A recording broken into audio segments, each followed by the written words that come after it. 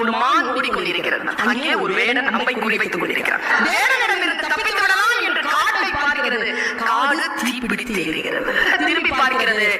அப்பொழுது காட்டிலிருந்து புறப்பட்டு வந்த ஒரு புலி மானை பார்த்துக் கொண்டு நிற்கிறது. இந்த பக்கம் போகலாம் என்று இடது பக்கம் திரும்பினால வானத்தில் இருந்து பேர் இடி கேட்கிறது. அதனால் அடுத்த அடி எடுத்து வைக்க முடியவில்லை. காரணம் அது பிரசவ வலியில் இருக்கிறது. குட்டியை ஈனுவதில் தன்னுடைய கவனத்தை செலுத்துகிறது. அந்த சூழலை வேடன் பார்க்கிறார். அங்கே ஒரு புலி இருக்கிறது. இந்த பிரசவ வாடைக்கு புலி வந்துவிடக் கூடாது என்று மனம் ஏதோ ஒன்று செய்ய தன் அம்பை சரியாக புலியிடத்தில் திருப்புகிறான் வேடன். புலியை அடிக்கிறான். தண்ணீர் அம்பு பாய்ந்த போது தன்னை அடித்த வேடனை துரத்துகிறது புலி. இல்லையா? அந்த வினாடியில் பெரும் மழையாக பெய்து காட்டிலே இருக்கக்கூடிய தீ அடைகிறது. இது கதை. சொல்லும் நீதி என்ன தெரியுமா?